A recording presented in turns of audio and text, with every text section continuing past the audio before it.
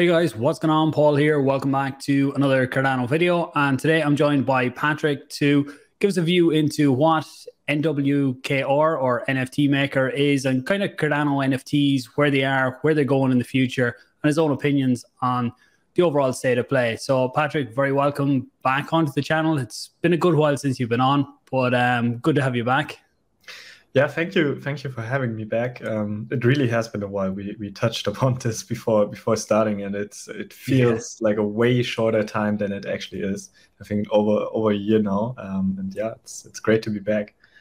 Yeah, it was back in the Unsig days, just before Unsigs, and that kind of threw me into NFTs a bit and made me look a bit deeper into them at the time. But your own company it's night and day, I suppose. It was very small at that stage, but what you have now is massive, has kind of taken over the NFT space in some cases. But actually, we take a step back. For anyone who hasn't seen you before, who are you, or what you're doing in the space?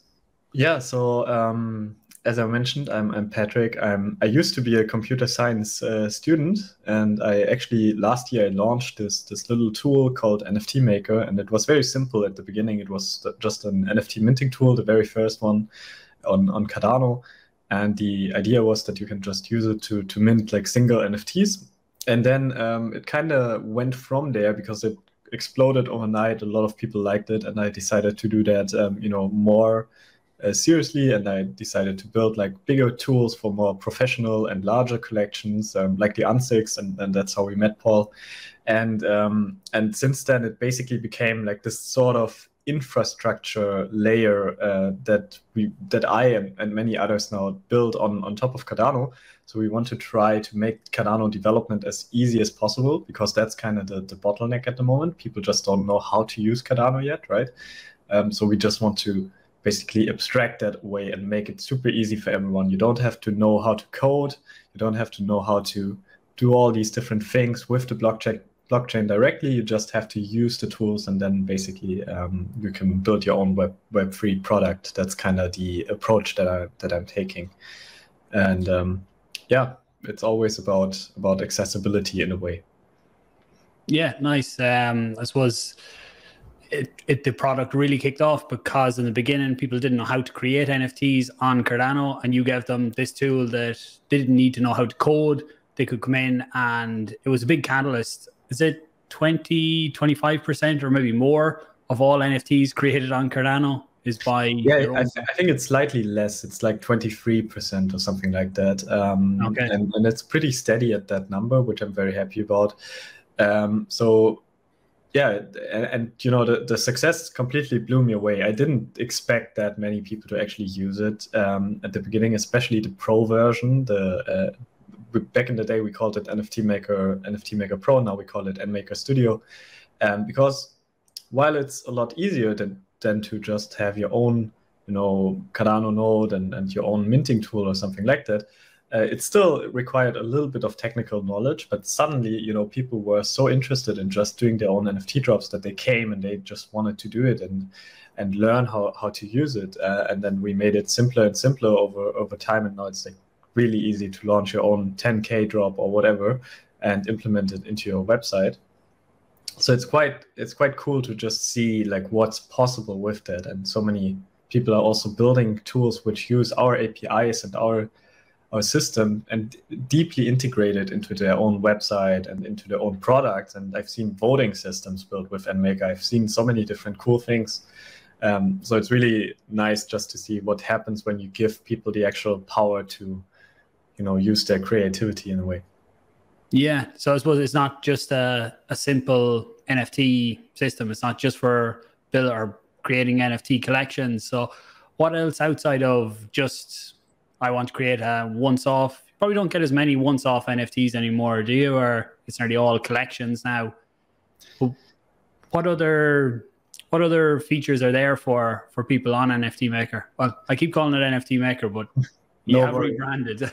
Yeah, we rebranded to NMaker because we NFT Maker is kind of very much focused on, we're just an NFT minting tool, and we want to be more than that. We want to really open it up a little bit.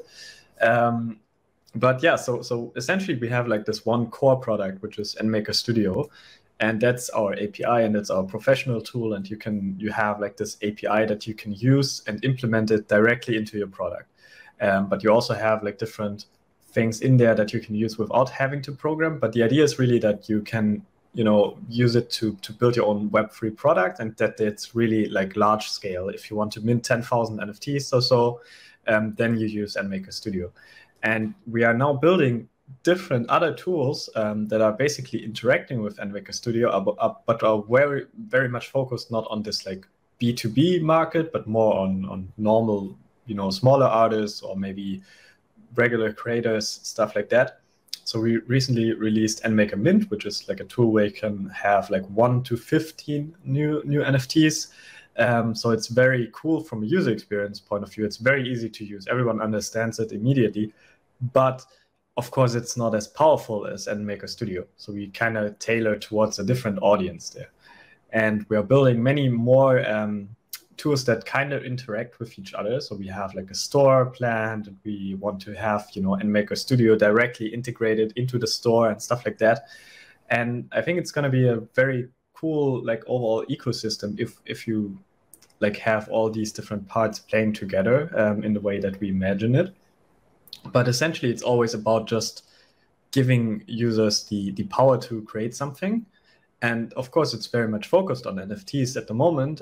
But I think this also includes stuff like just, regular gaming APIs, for example, or making it more accessible to query data from the blockchain, stuff like that, which not necessarily has something to do with NFTs, but it's still relevant if you want to build Web3 products, and it's still a huge need for everyone who's building something. So yeah, like we're very much looking towards gaming, and we want to have like this whole suite of different tools that users can use, and then they just make one account in nMaker Studio, and then they can decide, okay, I want to use this and that, or I want to use something completely different, and basically build their own Web3 products by picking what they want to use from our set of tools, if that makes sense. Yeah, there's a lot of people need that type. They have ideas for products, but they don't know how to put it all together. So I suppose coming into even at some stage, you'd probably have roles for consultants that can help people take their ideas into an actual product using the tools and systems that you have there as well. You mentioned a store as well. Are you looking at a NFT marketplace, or is that something different?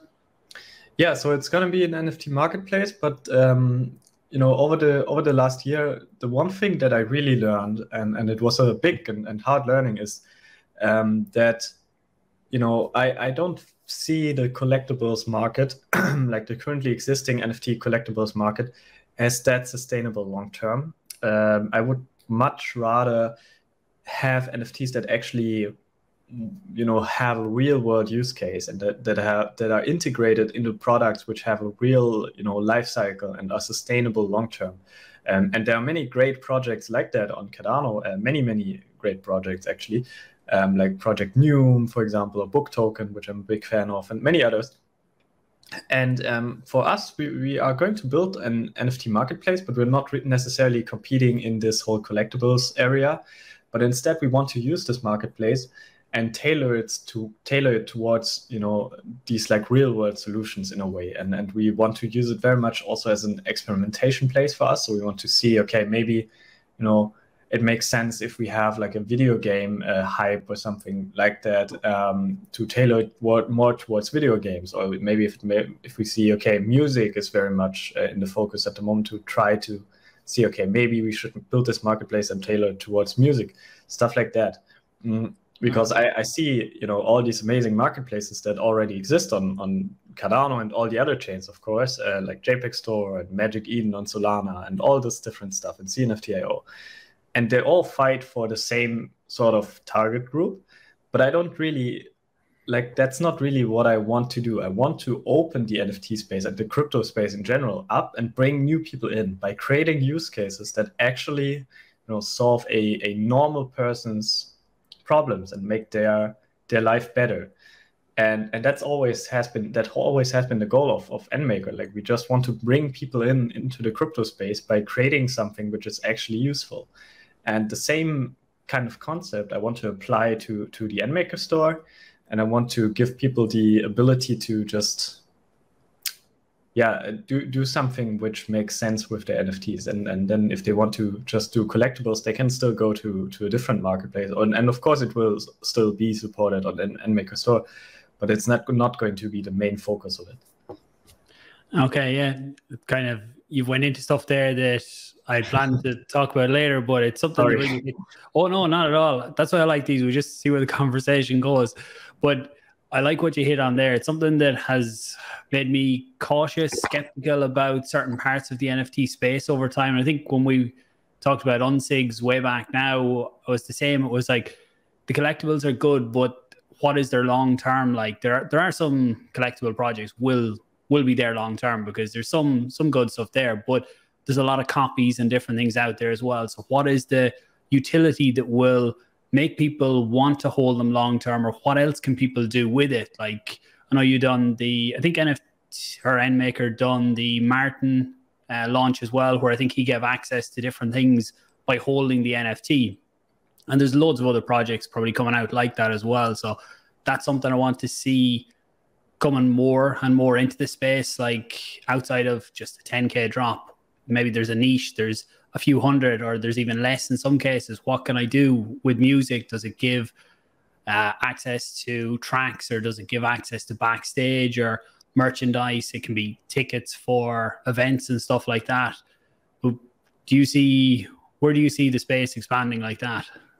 Yeah, I mean, that's exactly the thing. Like these are all the examples that you just mentioned. I see the space expanding towards that, and I think they're all, some of the like obvious use cases with tickets. That's just a very obvious use case for NFTs, and I think that will 100% come. I do think the tickets are a little bit more complicated because there we have like all these traditional companies. In Germany we have Eventbrite and Eventim and stuff like that. I don't know which one you have. Yeah, Ticketmaster would be our biggest one here, I suppose. Yeah, so all these different companies, and they're like monopolies at this point, and they not only do they do the sale, they also have exclusive contracts with certain artists and with certain arenas and stuff like that. And then they also do the on the ground work sometimes. So they send people there who check the tickets and stuff like that. So it's very hard to come into that area and actually disrupt it. I think that's why we haven't seen it yet. But I have no doubt that long term it will happen, because it just has all obvious advantages to have ticketing as NFTs, because you can resell them, and then the actual publishers or the artists, they benefit from the resale, which has been the problem in the past with the black market and stuff like that. But I'm very excited for many use cases there. I mean, NFTs have a lot of potential. They're not a one-size-fits-all solution like some people tend to believe, but like they build trust, and they give you this verifiability basically on the blockchain, and that is huge in many cases. And there are many cool use cases that we see at the moment, especially on Cardano. I feel like on Cardano, a lot more people are thinking about the real world applications than on many of these other chains. I have been walking around, NFT conferences, and I've been very disappointed because everyone is just building for the same niche, basically, instead of trying to bring people in. But when I go on Twitter and check the Cardano projects, there have been some, and I mentioned this before, like Book Token or so, that actually try to solve real-world use cases by offering, unique new solutions with NFTs. Like they try to disrupt the ebook market basically, and then Project Neum is trying to disrupt Spotify and all these like what do we call it, music players and stuff like that. So that's what I'm really excited for. Yeah, they're actually two projects that they're on my list. My list seems to get longer instead of shorter, but two that I want to do a bigger deep dive into. And I like where Book Token's going with the NFT. Basically allows you to read the book. If you hold the NFT, you can go into their reader, and that gives you access to whatever book you have, and it can easily be resold again to someone else. So I like the concept there. It'd be interesting to see where that one goes long term. And Neum is another one I definitely have to look into. The guys there, they're very active in the Cardano community as well. So it's another one. But cases like that are something that I really like to see building, because you see things get tarred with the same brush. When you mention NFTs, it's like, oh, they're the things that go up, they're just an image, and people spend crazy money on them to try and resell them onto someone else for even crazier money. So it'll be good to see when NFTs with more utility come into the space as well, and kind of balance it all out. Yeah, for sure. And that's really like this whole bear market, I think, is really like a cleaning phase, because it just shows which projects are here for the long term and which projects are here to survive. And basically, if these projects like live through the bear market, I think those will be the ones in the next bull market that actually, you know, rise up and become wildly successful. That's how it always goes in crypto. But yeah, I think we just need more real world use cases. But I think we're on the right path. So it is just a bear market, and crypto isn't dead or anything like that. You agree on that?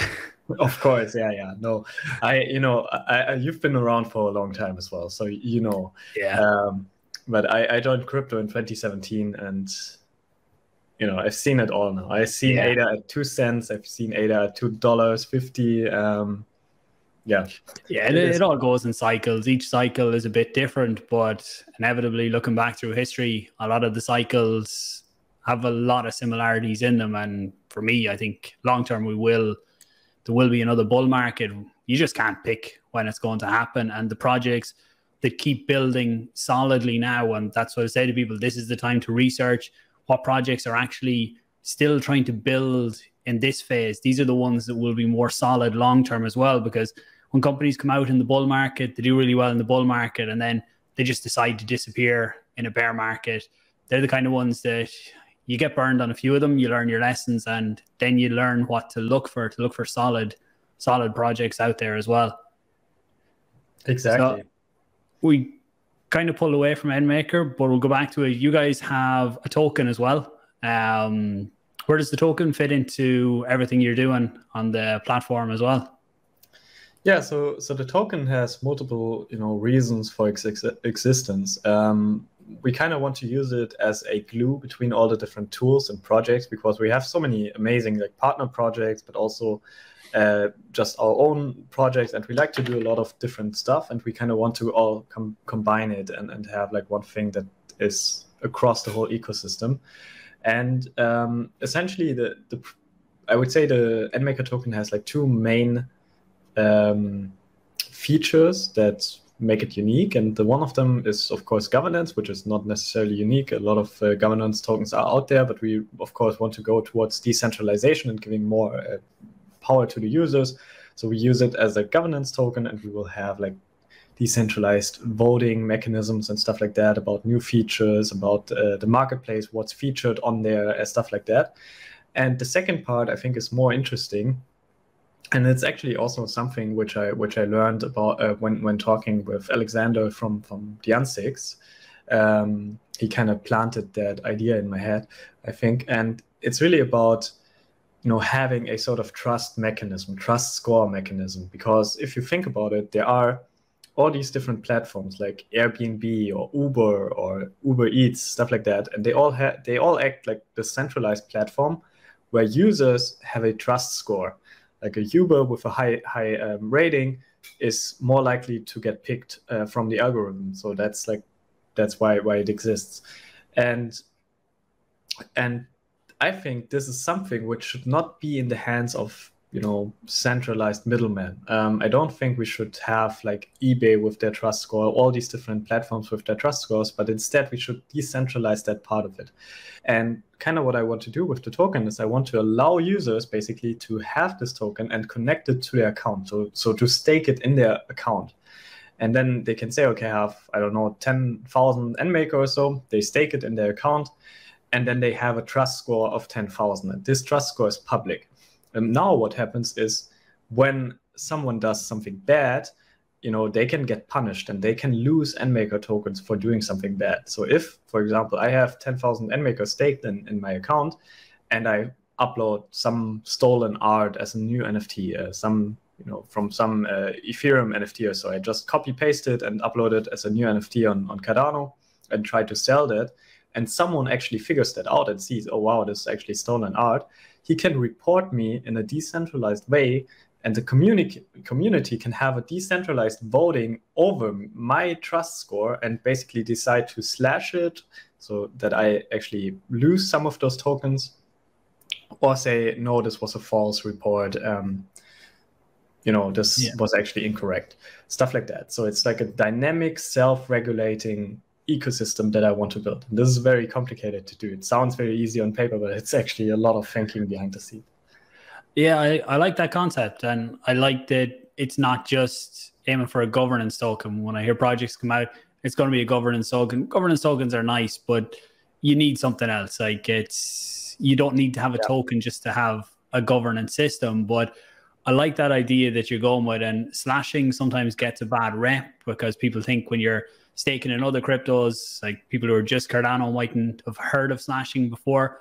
But in other proof of stake mechanisms, they have slashing. So if the person running the node goes down for too long, or something is done in a bad way, then you can lose some of the staked coins. So it's not all as bad. Sometimes it's good to keep node operators in line, essentially.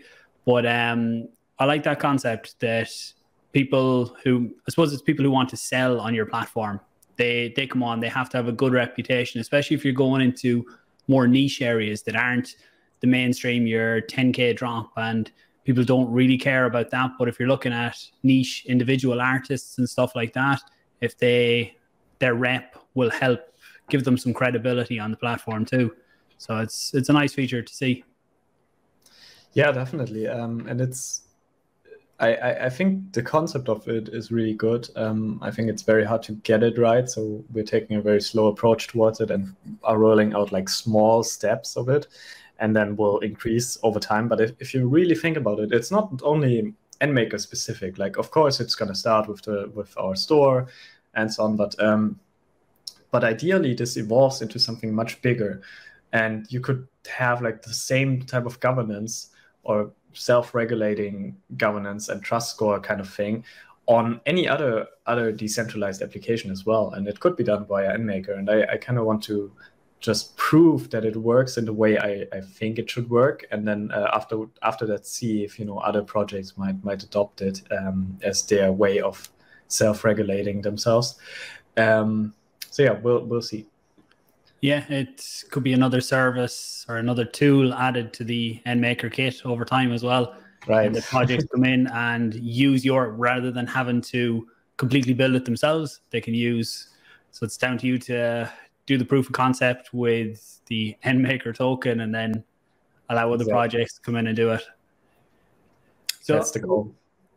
Cross-chain, just Cardano, or what's the future for NMaker? Are you just Cardano, or is it, and I have a Cardano channel, but I'm far from a maximalist. I believe in cross-chain futures and stuff like that for people watching.